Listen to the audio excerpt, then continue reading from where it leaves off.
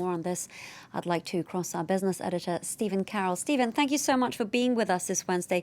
We are talking about some major cuts, 9,000 jobs by Rolls-Royce. Just how are they explaining all this?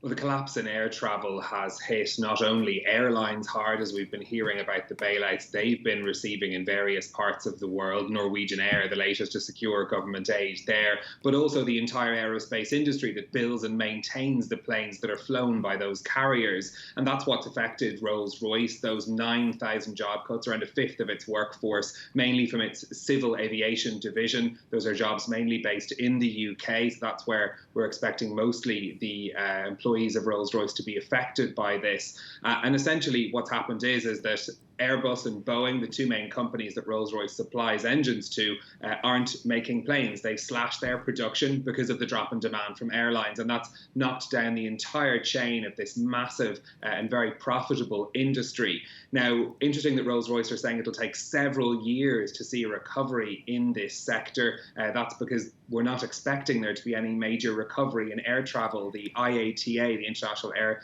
Travel Body, saying that they still think that air travel will only be at 2/3 of normal levels towards the end of this year.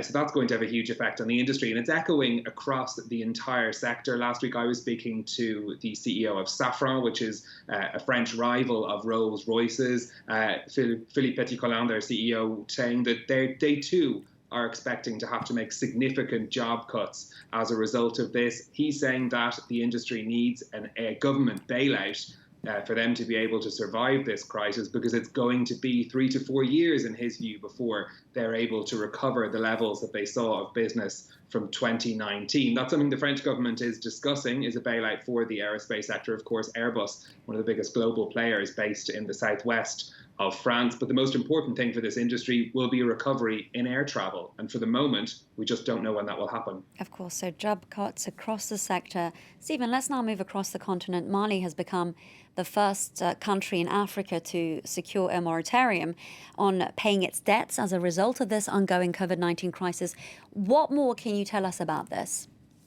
This is an agreement with what's called the Paris Club. They're a group of 22 developed nations who have bilateral loans, and they use this Paris Club as a way of negotiating the terms of those loans and renegotiating them, I should say, in times like this. So the Paris Club, along with the G20 last month, had agreed that they would look at debt relief for 77 of the world's poorest countries, looking at a figure of around $36 billion of debt relief. And essentially what that means is that Mali, being the first African country, 4 of them had done a deal now with the Paris Club. Those countries won't pay the repayments that they're due in 2020. Instead, those will be pushed back and spread over 3 years, starting in 2022. So that's the first element of debt relief. There are another group of countries that are close to a deal with the Paris Club, and that would see debt relief for the likes of the Democratic Republic of Congo. They're in the next wave set to be agreed.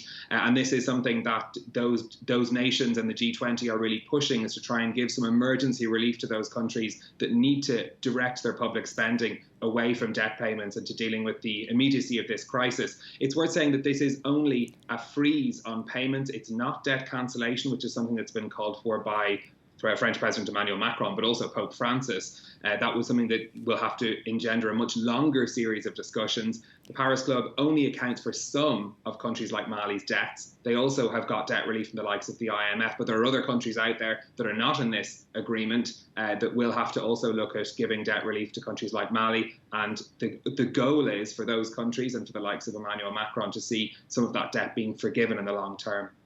Stephen Carroll, our business editor, with that update. Thank you so much for being with us.